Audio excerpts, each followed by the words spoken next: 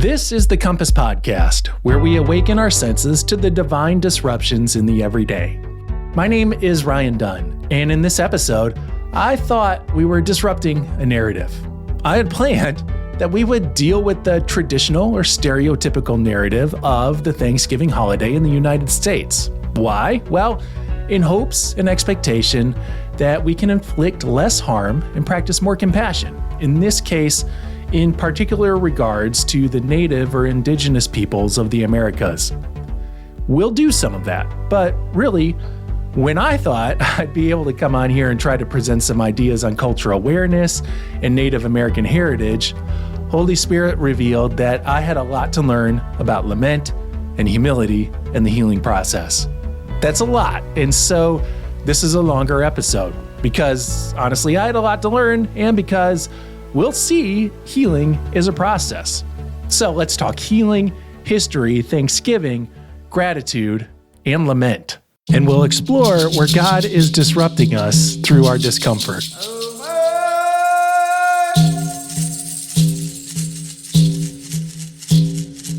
Did you know that in the U.S., November is Native American Heritage Month? Congress ultimately chose November as the month to honor Native Americans since the month concludes some traditional harvest seasons and generally is a time of celebration and giving thanks. The month gives us an opportunity to become more educated about Native Americans, to celebrate Native culture and achievements, and to increase our knowledge of unique challenges faced and better understand how historical trauma, such as colonization and genocide, has impacted Native peoples. In this context especially, the Thanksgiving narrative is harmful because it is a story set amidst colonialism that led to persecution and genocide of Native peoples. So this episode of Compass is going to offer some perspectives on the roots of the holiday through Native accounts. It's going to offer some responses to the holiday, and then we're going to sit with Mark Charles, who provides for us his own firsthand wrestlings with Thanksgiving and with revisionist history, and he challenges us to explore the practice of lament. And he also provides a practice rooted in Navajo tradition that keeps him grounded in gratitude. We'll learn quite a bit more about Mark Charles, but just to provide some quick facts, Mark is a speaker, writer, and consultant. He is the son of an American woman of Dutch heritage and a Navajo man. Mark teaches the complexities of American history regarding race, culture, and Christendom in order to help forge a path of healing and conciliation for the nation.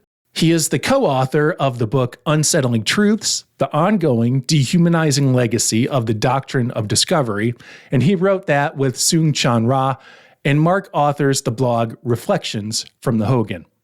The word conciliation that I used there, and Mark's use of it, is worth noting. Generally, we might approach topics like cultural awareness and colonial history and throw around the term reconciliation, but Mark removes the re, because we're not moving back to some point in the past. We've not all been conciled to one another yet. So let's start with conciliation.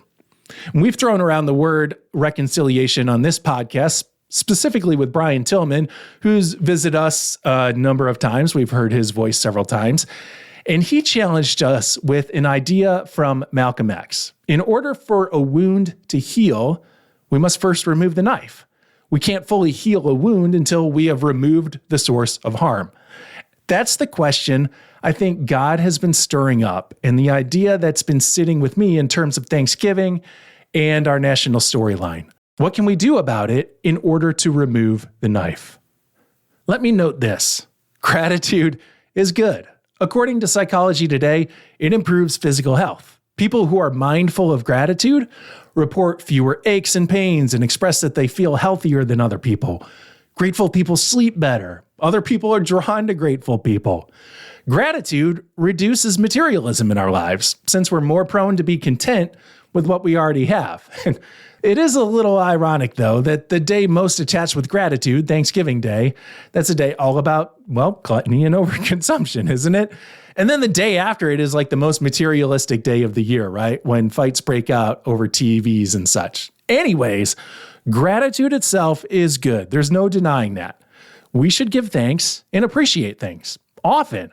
So having a day that calls us into practices of appreciation and gratitude is a good thing, right? Thanksgiving Day is a day to celebrate, yes?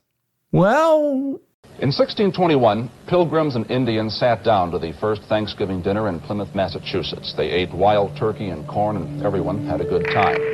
Most Americans celebrated Thanksgiving today by eating turkey, praying, and/or watching parades and football games. That's the impression of Thanksgiving for many of us. But the experience of the holiday, and especially the story behind it, are quite harmful for many more.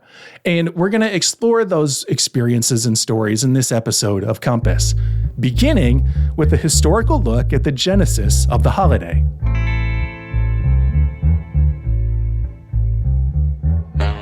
In order to understand this, I'm going to take us back to 1970. Yeah, you thought I was going to say 1620, didn't you? We'll get there, but 1970 puts a focusing lens on the problematic nature of this whole thing. Consider this suppressed speech from Frank James, also known as Wamsuta. Frank was a Wampanoag leader, a descendant of the Native Americans who took part in the first Thanksgiving feast at Plymouth Plantation, the one that we often remember as a time of peace and celebration amongst pilgrims from England and Native Americans. Well, Frank was invited to a 350-year anniversary event, and he would have said these things. I quote, "I speak to you as man, a Wampanoag man. I am a proud man, proud of my ancestry, my accomplishments won by a strict parental direction. You must succeed. Your face is a different color in this small Cape Cod community. I am a product of poverty and discrimination from these two social and economic diseases." He continues, I'm abridging a little bit. "It is with mixed emotion that I stand here to share my thoughts. This is a time of celebration for you, celebrating an anniversary of a beginning for the white man in America, a time of looking back, of reflection. It is with a heavy heart that I look back upon what happened to my people. Even before the Pilgrims landed, it was a common practice for explorers to capture Indians, take them to Europe, and sell them as slaves for 220 shillings apiece. The Pilgrims had hardly explored the shores of Cape Cod for 4 days before they had robbed the graves of my ancestors and stolen their corn and beans." Mort's Relation describes a searching party of 16 men. And side note, Mort's Relation is one of the early accounts, like a journal from the Pilgrims. Mort goes on to say, I'm continuing Frank's quote here, Mort goes on to say that this party took as much of the Indians' winter provisions as they were able to carry. Massasoit, the great sachem of the Wampanoag, knew these facts, yet he and his people welcomed and befriended the settlers of the Plymouth Plantation. Perhaps he did this because his tribe had been depleted by an epidemic, or his knowledge of the harsh oncoming winter was the reason for his peaceful acceptance of these acts. The action by Massasoit was perhaps our biggest mistake. We, the Wampanoag, welcomed you, the white man, with open arms, little knowing that it was the beginning of the end, that before 50 years were to pass, the Wampanoag would no longer be a free people. Again, this is abridged. He continues later. And so, down through the years, there is record after record of Indian lands taken, and in token, reservations set up for him upon which to live. The Indian, having been stripped of his power, could only stand by and watch while the white man took his land and used it for personal gain. This the Indian could not understand, for to him, land was survival, to farm, to hunt, to be enjoyed. It was not to be abused. We see incident after incident where the white man sought to tame the, quote, savage and convert him to the Christian ways of life. The early Pilgrim settlers led the Indian to believe that if he did not behave, they would dig up the ground and unleash the great epidemic again. There's more to Frank's speech, but again, I've abbreviated this for time. You can read the full transcript on the show page. Well, there's a link to it on the show page. Frank James was not allowed to deliver that speech that I just quoted. The organizers of the Thanksgiving commemoration event at Plymouth deemed the Wampanoag leader's speech too inflammatory. So they gave him another speech to read, which he refused to do. Instead, in 1970, he organized the first National Day of Mourning, which took place on the day that many remembered as the 350th anniversary of the Mayflower landing in America, and it's still observed today. The problem with Thanksgiving is summed up well by a plaque placed on Coles Hill, which overlooks Plymouth Rock, the supposed landing site of the Pilgrims, and the romanticized setting of the first Thanksgiving dinner in America. The plaque reads in part, quote, "Thanksgiving Day is a reminder of the genocide of millions of Native people, the theft of native lands, and the relentless assault on Native culture," end quote. Mark Charles will give us more history on the Thanksgiving holiday, but already we're seeing quite a different view of the holiday for many of us. Much of our early education kind of paints the Pilgrims into heroes, especially in terms of them surviving on the frontier and forging a new life in a wild place. When we share that narrative, what we miss is that they settled in an already civilized place. They learned how to survive from the native population, and within a generation, they fought, exterminated, and or subjugated that population. And that's a tough story to celebrate. So it's helpful for us to consider then what the day means for Native Americans. We already know Frank James's perspective. Jacqueline Keeler wrote a widely circulated editorial about how she, a member of the Dinah Nation in Yankton, Dakota Sioux, treats the holiday. For one, Keeler views herself as, quote, "a very select group of survivors," end quote. The fact that Natives managed to survive mass murder, forced relocation, theft of land, and other injustices, quote, "with our ability to share and to give intact," end quote, gives Keeler hope that healing is possible.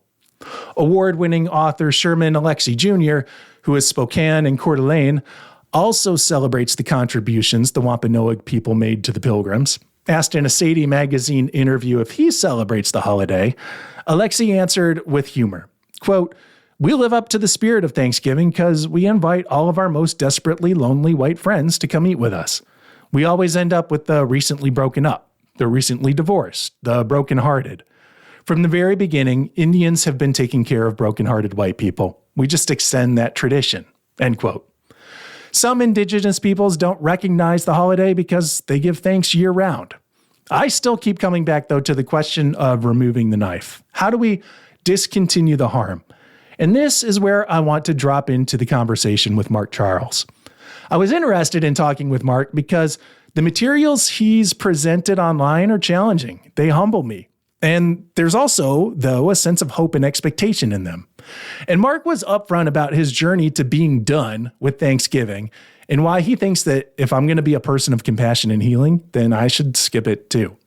And sometimes we need to be challenged upfront like that to really assess. And Mark was not shy about challenging me. When I asked a question with the subtext that was kind of like, "All right, Mark, help me feel better about this," Mark was like, "Nope," because to cut the process and to go right to the feel-good stuff means that I would skip over all the things God was revealing and teaching through the whole healing process. And that includes the important steps around self-reflection and evaluation. So with that, let's meet Mark Charles. Mark Charles Yinishya, Tsin Bakadina Nishla, do Tohuglini Bashis Chin, Tsin Bakadina Dasha Chedo Toruchini Dashanala.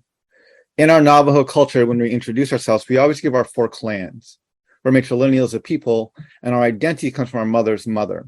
My mother's mother is American of Dutch heritage, and that's why I say Tsin Bakadina. Loosely translated, that means I'm from the Wooden Shoe people.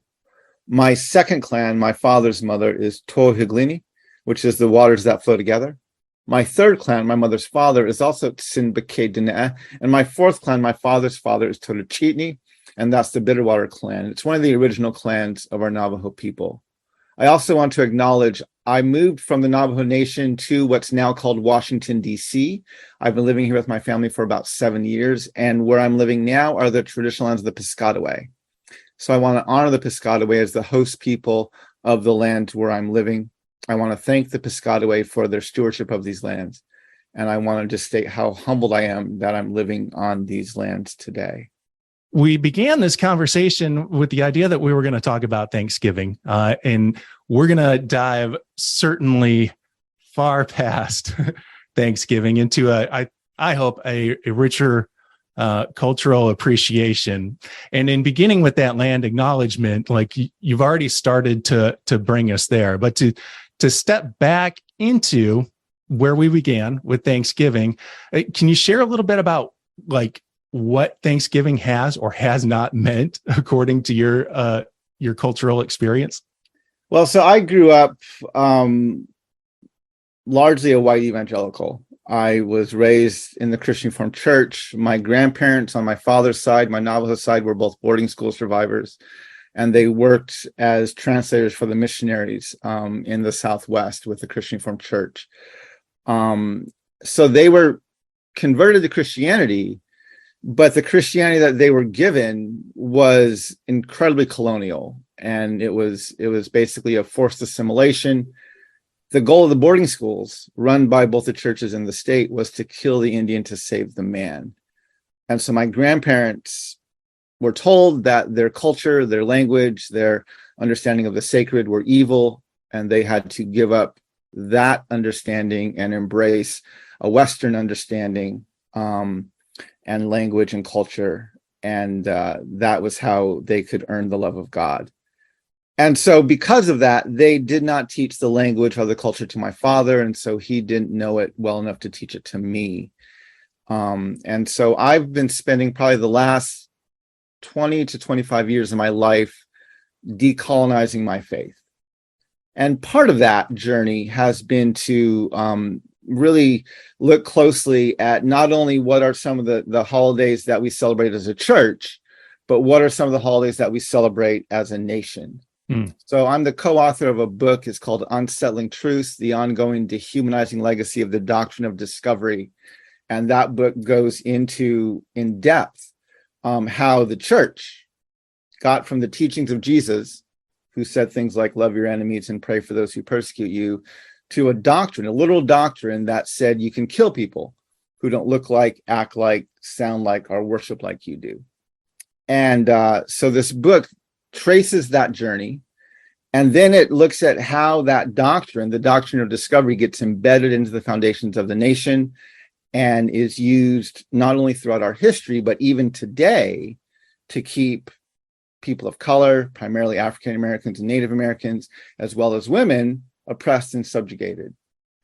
And so that we don't have time in this podcast to go through all that history. I just will reference that to your listeners. They can purchase a signed copy of the book on my website, which is wirelesshogan.com. And but yeah, so there's that whole journey. But in the midst of that, in the midst of learning about the doctrine of discovery and understanding how the church has prostituted itself out to the empire and basically written Christ out of their own ecclesiastical history, I've begun looking also at aspects of American history, as well as specifically Thanksgiving. And if you go to my blog, which is called Reflections from the Hogan, or my blog articles on my website, which is wirelesshogan.com, you'll notice I started blogging about 15 years ago, and you'll notice a progression as I've kind of wrestled with the history of Thanksgiving and what does it mean to be Native American and celebrating this event. And a few years ago, about 3 or 4 years ago, I wrote a blog post where basically I said, I'm done. Thanksgiving is not a holiday I think any American or Christian should have any desire to redeem. When you understand the history of Thanksgiving in our nation, it is one of the most repulsive holidays in the American mythology. So the first Thanksgiving, right, it goes back to November of 1621, celebrated at Plymouth, Massachusetts, at Plymouth Rock in Massachusetts. And this is where we have these great pictures of this, proverbial potluck between Native peoples and pilgrims and sharing a turkey. Well, there's a reason they were celebrating this holiday, this first Thanksgiving at Plymouth Rock, because in 1616 to 1619, there was what was known throughout the eastern shoreboard, especially the Northeast, what was called the Great Dying. On the Mayflower 400, in their 400 years of Wampanoag history, they wrote this: the most alarming period is known as the Great Dying between 1616 and 1619, where a mysterious disease ravaged the region where the Wampanoag lived as their lands were explored in greater numbers. Entire villages were lost and only a fraction of the Wampanoag survived. So literally explorers would go in and they would find native villages that had been inhabited, completely deserted and empty, with dead bodies strewn all about, because this great dying, this plague-like disease that was brought by the European settlers came in and just ravaged the native population. It lasted for 3 years, and it was incredibly striking. Then, in 1620, King James, King of England, this is the same King James who authorized the version of the Bible, he wrote the Charter of New England. And in his charter, this is what he wrote. James, by the grace of God, King of England, Scotland, France, and Ireland, defender of the faith, and to all whom these present shall come, greetings. Whereas upon the humble petition of divers of our well-disposed subjects that intended to make several plantations in the parts of America between the degree of 34 and 45. Within these late years, there hath by God's visitation reigned a wonderful plague, together with many horrible slaughters and murders committed against the savages and brutish people there, heretofore inhibiting in a manner to the utter destruction, devastation, and depopulation of the whole territory. So that there is not left for many leagues together in a manner any that do claim or challenge any kind of interest therein, nor any other superior lord or sovereign to make claim hereunto, whereby we in our judgment are persuaded and satisfied that the appointed time is come in which Almighty God in his great goodness and bounty towards us and our people hath thought fit and determined that those large and goodly territories, deserted as it were by their natural inhabitants, should be possessed and enjoyed by such of our subjects and people as heretofore have, and hereafter shall by his mercy and favor and by his powerful army be directed and conducted thither. So King James, right, they came into these lands which were devastated by this great dying. They found thousands of dead native peoples, Wampanoag people. And instead of having compassion, instead of wanting to help, instead of doing anything humane, they gave thanks to God. And they praised God that all of these people had died and now the land was empty and they could go in and claim it. And this is why the first Thanksgiving took place at Plymouth Rock. Plymouth Rock was one of the villages that had been wiped out by this disease. Okay, so that's the history. That's how Thanksgiving got started. Now let's fast forward about 225 years into the 1860s, because it was Abraham Lincoln who actually brought Thanksgiving into the modern era with his Thanksgiving Day proclamations in 1863 and in 1864. Now, the challenge with the United States of America is we've never lost a war as a nation that matters. We've never been occupied by a foreign nation. We've never lost large tracts of land. We've never been disarmed. We've never had a regime change. And the victors write the history, right? The victors write, if you win a war, you have the right to write about the war.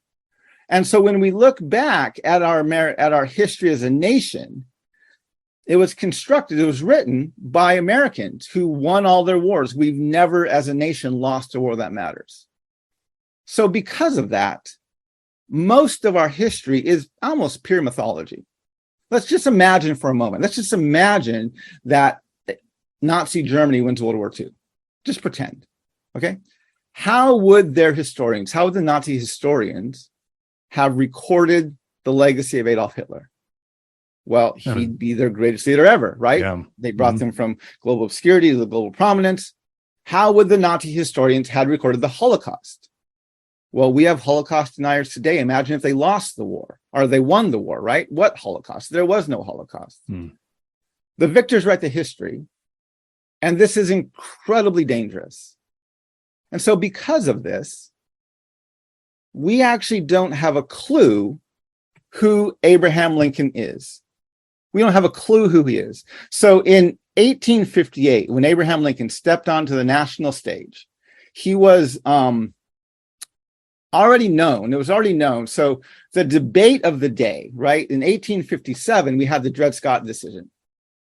The Dred Scott decision stated that our foundations, our Constitution, our Declaration of Independence were not intended for people of color. They were not intended to give rights or to protect the interests of Black people or other people of color, enslaved peoples. They had concluded that in 1857. So just like Roe versus Wade is the debate of these midterm elections in 2022, Dred Scott was the debate of the elections in 1858. And so in that election, Abraham Lincoln was asked specifically, does the Declaration of Independence apply to the Black race? And his response was, I think the authors of that notable instrument intended to include all men, but they did not mean to declare all men equal in all respects. They did not mean to say that all men were equal in color, size, intellect, moral development, or social capacity. Now, you could interpret that one of two ways, so we have to add a bit of context to that statement. In the debates prior to this one, this was in October 15, this question came up. In the debates in September and in August, Abraham Lincoln was introducing himself to the nation, and it was known that he was against chattel slavery, but people wanted to know, where did he stand on the humanity of Black people? And he said, this is in September of 1858, I will say then that I am not, nor ever have been in favor of bringing about in any way the social and political equality of the white and Black races. I will say in addition to this, that there is a physical difference between the white and Black races, which I believe will forever forbid the two races living together in terms of social and political equality.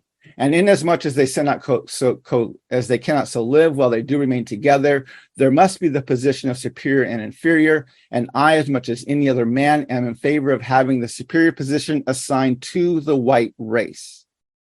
So Abraham Lincoln is incredibly clear when he says they did not mean to say all men were equal in color, size, intellect, moral development, or social capacity. He wasn't saying some men are taller and some men are shorter, some men have this and some men have that. He's saying some men are superior and some men are inferior, and that division is caused by race. So he's very, very clear. He also gets asked, does the Declaration of Independence or does the Constitution apply to Black people? Should they be made citizens of the country? And he said, well, Judge Douglas has said to you, he has never been able to get an answer to the question whether or not I am in favor of Negro citizenship. So far as I know, the judge never asked me that question before. He shall have no occasion to ever ask it again, for I will tell him frankly, I am not in favor of Negro citizenship. It's my opinion that the different states have the power to make a Negro citizen under the Constitution of the U.S. if they chose. If the state of Illinois had that power, I should be opposed to the exercise of it. He had no interest in allowing Black people to become citizens, period. So Abraham Lincoln is clearly stating he is in favor of the Dred Scott decision, and he is a blatant, unapologetic, self-proclaimed white supremacist. So this is not surprising, right? When the capstone of his legacy on race, at least with African Americans, the 13th Amendment, doesn't actually abolish slavery.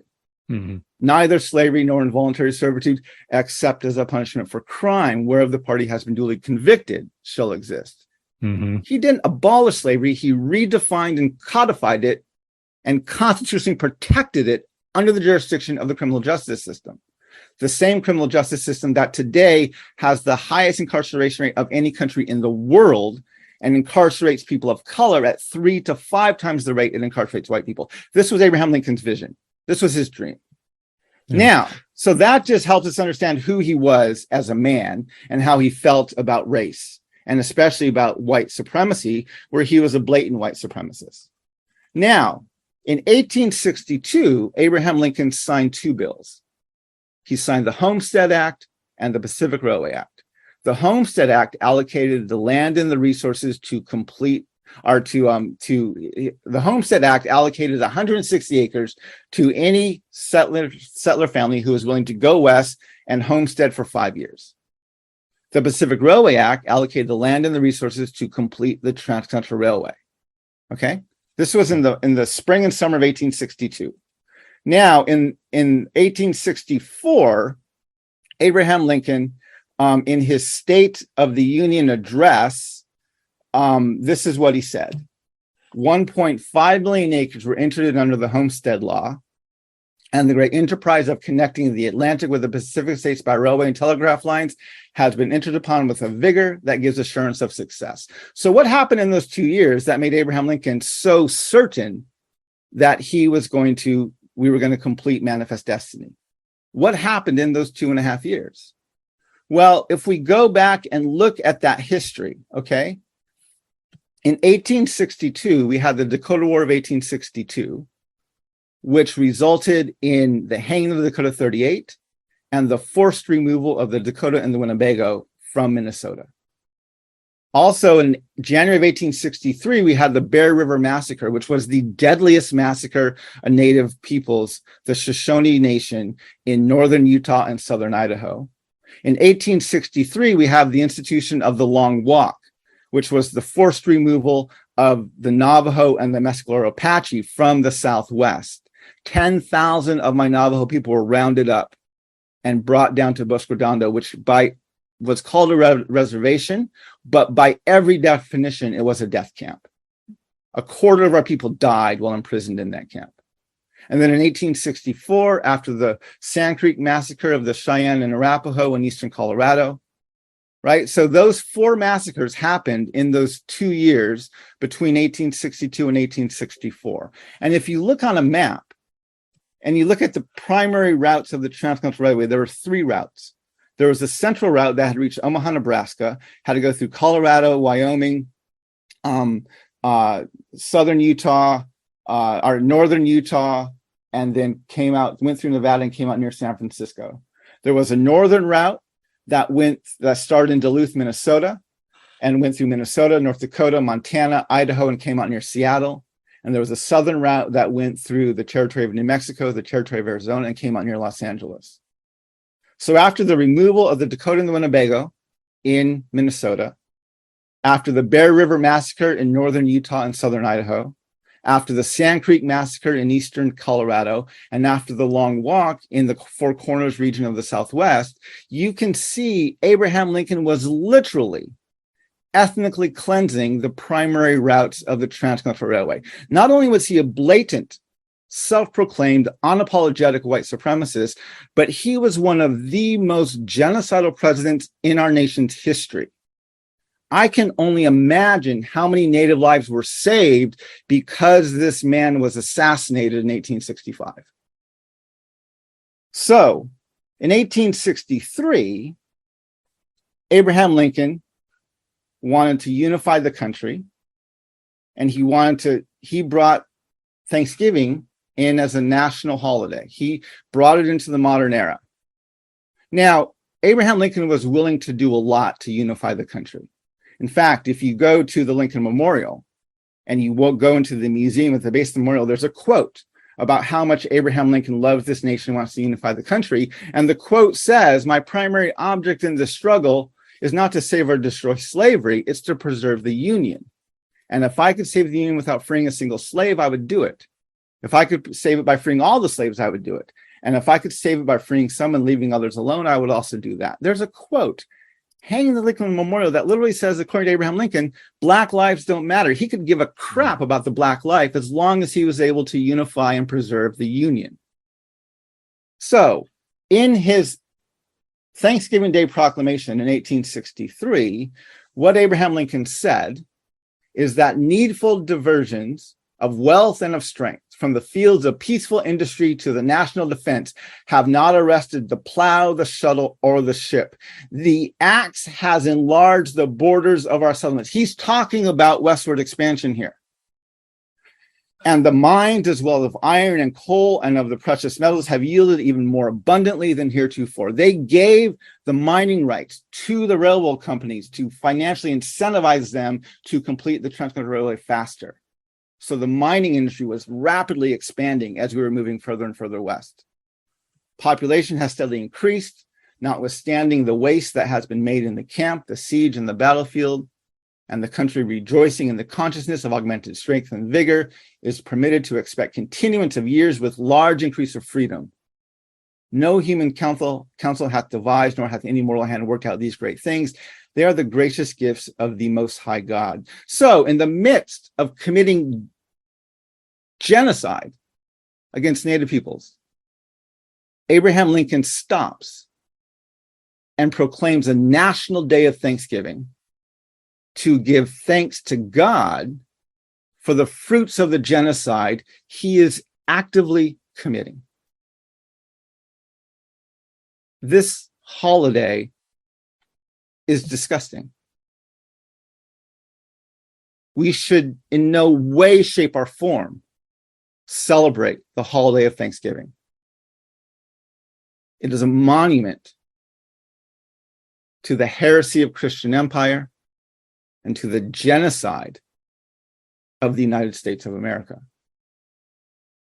enacted by the United States of America. And no right-minded person should celebrate this holiday. So let's pivot then from the holiday of Thanksgiving to maybe think about practices of gratitude. Thanksgiving doesn't work, doesn't mean what we think it means, but gratitude is still a calling set before all of us. Are there some practices from Navajo tradition that inspire a sense of gratitude, or even beyond Navajo tradition? How do you inspire a gratitude in your own life, Mark? So first of all, I would say two things. You're doing exactly what most Americans and what the church wants to do, which is you're pivoting immediately from, okay, we can't do this, so let's find another way to do it. Right? You're not stopping and pausing and acknowledging the atrocities that you've been celebrating for your entire life. You're not allowing that to deepen in your soul. You're not allowing yourself to understand the horrific injustices that were enacted by your nation on your behalf. And that's incredibly dangerous because that's going to lead you to just try to replace something and not acknowledge what you're standing on and what your country did for you. So I would tell the nation, we have to go, especially the church, we have to go into a space of lament. Now, it's no mistake that my co-author of the book I wrote, Unsettling Truths, my co-author in the book, Seung-Chan Rah, his prior book was called Prophetic Lament, where he lays out in that book, I highly recommend it, published by Ivy Press, I think it was in 2018. But in this book, he lays out how anemic the American church is at the practice of lament. Lament is a spiritual discipline. Lament is not repentance. Lament is not even asking for forgiveness. Lament is sitting in the brokenness. Lament is sitting in the brokenness and allowing the brokenness of what you're in and what you've created to deepen in your own soul, so that you will actually have the courage and the commitment to truly turn away from it. And so I am convinced that especially the church needs to go into a space of lament. Seung-Chan refers to lament as, he says, it's like going to a funeral dirge, right? You don't go there to raise a body from the dead. You don't go there you go there to say goodbye. You go there to mourn. You go there to weep. I point out to people it's almost impossible to lament when you believe in the myth of your own exceptionalism. This is why the church pivots so quickly from Thanksgiving to something else. In our book, we highlight that American exceptionalism is the coping mechanism of a nation that's in deep denial of its genocidal past, as well as its current racist and sexist realities. So the church tells itself we're exceptional. And exceptional doesn't just mean better. Exceptional means we have a special relationship with God. We have a land covenant with the God of Abraham. We are living on our promised lands, and this justifies our history of enslavement and genocide. And so part of the call of our book is to go into, I would call it, a season of lament. When the people of God lament, God always shows up. Doesn't come quickly.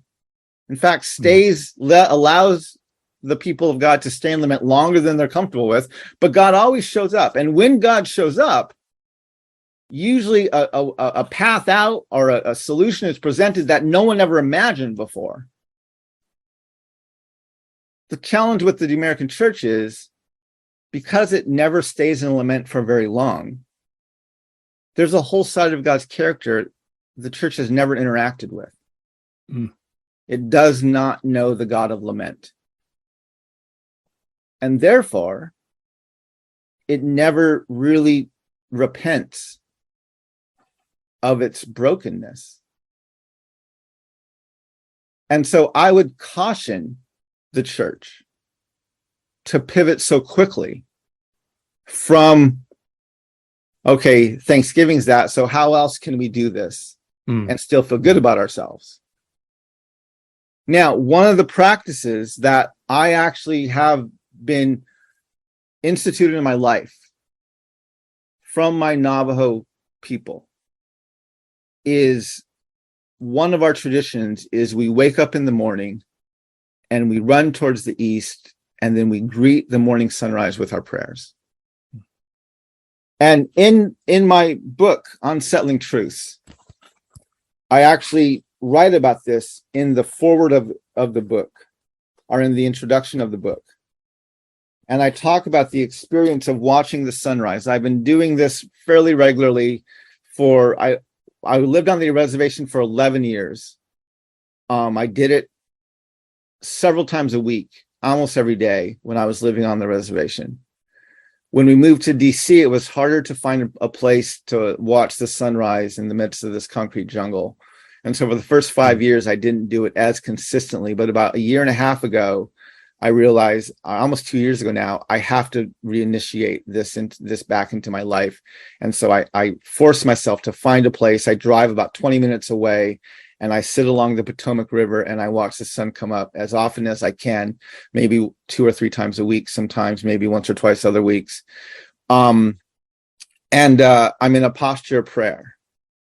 Now, it's one thing to see the sunrise when you have an early flight or you wake up on an Easter morning, right? It's beautiful. It catches your breath, and it's very a meaningful thing.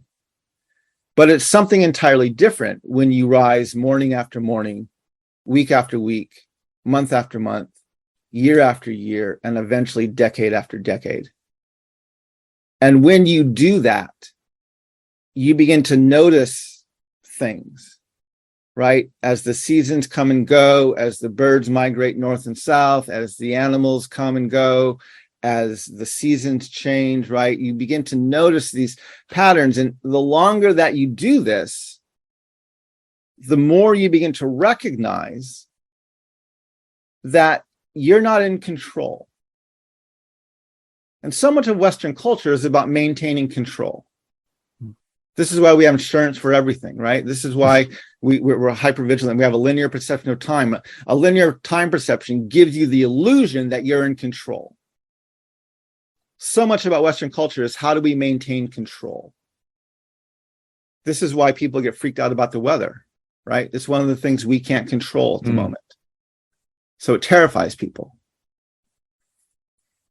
When you watch the sunrise, morning after morning, again, day after day, week after week, month after month, year after year, you recognize you don't control this process.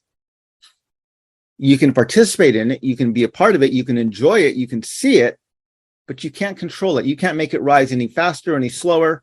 It happens whether you're there or not. It even happens whether the clouds allow you to see it or not. It's happening. And you learn after a while how to be more at peace as you live into this reality of acknowledging you're not in control. And once you begin to do that, an incredibly deep sense of gratitude and thanksgiving, deeper than anything I've ever met any other Christian understands. But a very, very deep understanding of gratitude begins to emerge. A gratitude that emerges only when you're able to acknowledge you're not in control. And Western Christianity doesn't know this because it's doing everything it can to maintain control, right? This is why missionaries only go on the mission field when they're fully funded. And even then they have evacuation insurance, right? This is why we have these massive denominations, which are about protecting our mitigating our risk and protecting our liability, right? The church, the institution of the church, can't actually lose its life. The whole point of the denomination or the institution is to preserve life, to keep it going, not to lose life. Yet Christ called us to lay down our lives, to lose our life for his sake and the gospel's.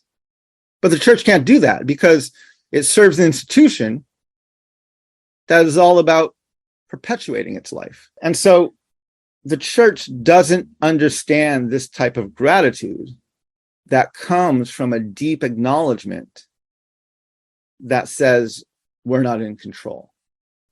And I found that spiritual discipline, whenever things feel out of line in my life, I feel anxious, I feel uptight, I feel worried about things, it usually means I have not been doing well in my discipline to watch the sunrise and to remind myself that Creator is the one in control, not me. And that comes from doing this practice that my Navajo people have been doing for hundreds, maybe even thousands of years. But that doesn't come tomorrow, right? You're not going to get that by watching one sunrise tomorrow. Right. I actually live stream the sunrise on my YouTube and YouTube channel and Facebook page because I'm doing this to disciple, to mentor our nation into this discipline. If you go to my YouTube channel, Wireless Hogan, or my Facebook page, Mark Charles Wireless Hogan, you will see I have hundreds probably of videos of watching the sun come up and inviting people to join me for several moments of silence, followed by some prayers of thanksgiving, and then a few very broad petitions as we look at needs around the globe. Well, Mark, thank you for your time and perspective, for calling things like they are. You're very welcome. Again, if you're listening to this during November of 2022, you can get free shipping when you buy a signed copy of Unsettling Truths, co-authored by Mark Charles and Seung-Chan Ra. You can find all that at wirelesshogan.com. That's Mark's website. So what can we do now about the holiday? I go back to the question of the knife. What does it look like to try to remove the knife or the source of harm in this scenario? As I did my own reflecting, I did so walking in the woods in a place that at different times could have been walked by the Cherokee, Chickasaw, Shawnee, and Yuchi. As my breathing rate increased, my breath became a prayer. Over and over again, I fell into a rhythm of breathing in Christ and breathing out mercy. Christ, mercy. Christ, mercy. I think on one level, it was a plea for myself, but on a second level, it was an invitation, one to be working on extending mercy this season. So I'm looking for ways to do that. I will add that there is a National Day of Mourning observance on the fourth Thursday of November at noon Eastern Time. The 2022 observance will be broadcast live on Facebook. There's a link again on the website. I'm not sure that watching that is a form of mercy by any means, but it is a way to begin to hear that invitation to extend mercy and how to act on it. If you want to know more about the Compass podcast, check out umc.org/compass. That's part of the website for the United Methodist Church, who graciously resources this podcast. A couple of other episodes that might interest you include Healing Our Divides with Amy Julia Becker from December of 2021. Or you can check out one of our episodes with Brian Tillman. We did a re-listen of one of his earliest episodes in May of 2022. That one's called Forging Peace Through Reconciliation. While you're checking out those episodes, hit the like or follow or subscribe button. Thank you very much. And we'll have another fresh disruption for your day-to-day in 2 weeks. In the meantime, peace to you.